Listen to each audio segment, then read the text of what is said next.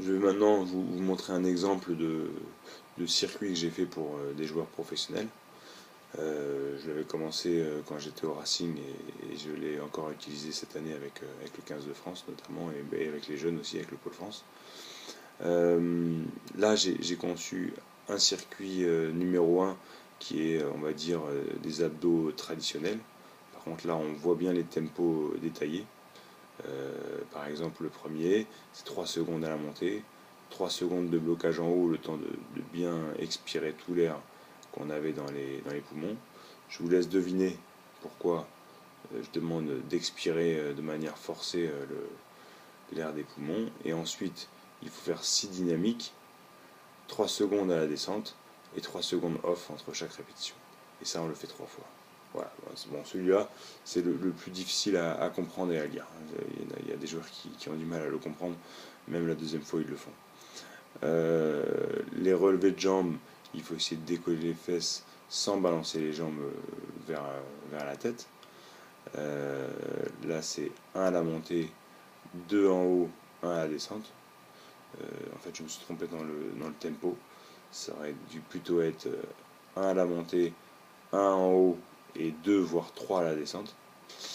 Là, le coude droit vient toucher le genou gauche sur le troisième exercice avec un tempo très très lent. Donc 3 à la montée, 3 en haut, pareil on expire pour aller choper le transverse. C'était ça que vous deviez deviner tout à l'heure. Et 3 à la descente. Les obliques courts, c'est une posture un petit peu compliquée au début parce qu'il ne faut pas être complètement sur la tranche comme il est. Il faut se mettre un petit peu sur la fesse, de 3/4 sur la fesse vers l'arrière. Et pareil, avec des tempos assez lents, on fait l'effort de bien revenir complètement au sol allongé. Et après, on essaie de serrer la dernière côte de la crête iliaque. Et enfin, les abdos vélo, là c'est beaucoup plus simple, mais avec un tempo pas forcément très rapide. 15 d'un côté, 15 de l'autre, mais en alternant. Sur le circuit gainage, pareil, c'est une montée en puissance.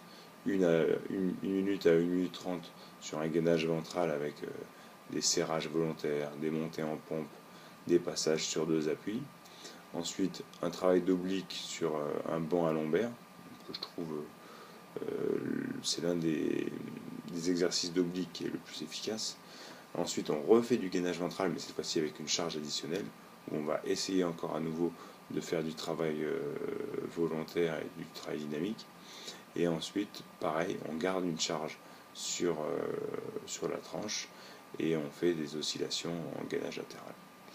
Le circuit numéro 3 est celui on va dire, qui pique le plus, hein, parce que on travaille beaucoup sur la phase excentrique et peut-être que vous ne le savez pas, mais la phase excentrique d'un mouvement, si cet exercice est proche du maximum qu'on peut réaliser sur le nombre de répétitions demandées, la phase excentrique casse beaucoup de fibres. Et donc, ce sont les séances qui sont les plus dures,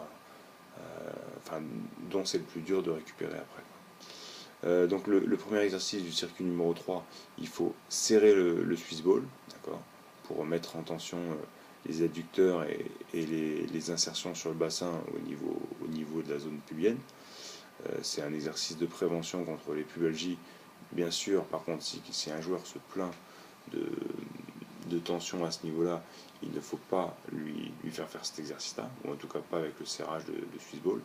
Et parallèlement à ça, parallèlement au serrage de Swiss ball, il va monter les bras le plus possible avec un medicine ball dans les mains et s'assurer que son bassin est bien en rétroversion en expirant très fort, pareil pour travailler sur le transverse en même temps qu'on va travailler sur le grand droit et sur les muscles en dessous du pubis. Les chandelles excentriques, là pareil, on va essayer de maximiser la phase excentrique de descente en lui mettant 4 secondes de descente. D'accord, on monte très très haut les jambes et ensuite on laisse partir les pieds avant que les fesses touchent le sol. Sur le dessin, c'est un petit peu exagéré quand même. Ensuite, il y a le travail qu'on appelle de roulette, abdos roulette. C'est une roue, mais on peut aussi utiliser une barre qu'on va tenir avec les mains écartées un peu plus que largeur d'épaule. On va faire 3 temps à la descente, un temps de fixation au bout et 2 temps à la remontée. La remontée est un peu plus rapide que la descente. Par contre, très vite, il faut, si on fait que 8 répétitions, il faut mieux équiper un élastique ou une corde au niveau de la barre ou de la roulette pour augmenter encore les contraintes excentriques. C'est-à-dire que pendant les 3 où le joueur va s'allonger, d'accord, et que la roue va avancer, et ben nous, on augmente encore le tirage de manière à contraindre le joueur à avancer. Après, il faut relâcher par contre quand on arrive en bout de course, parce que une fois que les bras sont tendus et que le joueur est quasiment allongé par terre, il n'a plus du tout de force. Et c'est là qu'en plus, on risque de se faire mal au dos, parce qu'il faut réussir à garder le transverse vraiment en tension et les abdos complètement solidaires du bassin, de manière à ne pas cambrer. Parce que si on cambre sur cet exercice-là, on peut se faire mal. Le gainage latéral avec les pieds surélevés, c'est une manière d'augmenter un petit peu l'intensité par rapport au gainage latéral que vous avez vu dans le circuit précédent. Et le chat, eh ben, on va essayer, comme je l'ai marqué dans la case, d'expirer tout l'air des poumons en écrasant le nombril contre la colonne. D'accord, c'est une image, parce que c'est pas possible. Mais c'est une façon d'activer et de travailler sur le transverse. Mais là, beaucoup de joueurs ont du mal à le faire, et il y a peut-être 10 à 15% qui arrivent à le faire correctement, cet exercice-là. Le circuit numéro 4 est plutôt dédié à la prévention, notamment sur la chaîne postérieure, avec un travail de lombaire qui peut être accompagné d'un travail de fixateur d'omoplate avec les haltères, qu'on a vu donc, principalement sur le rhomboïde et les trapèzes, vu l'angle qu'a le joueur, enfin l'individu.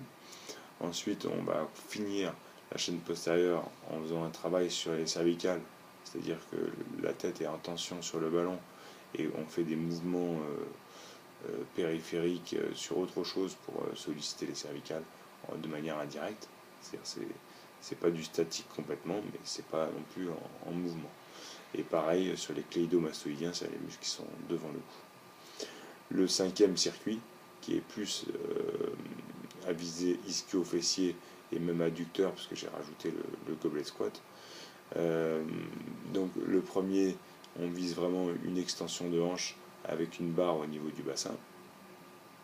Il faut bien protéger la barre, parce que sinon ça fait assez vite mal au bassin.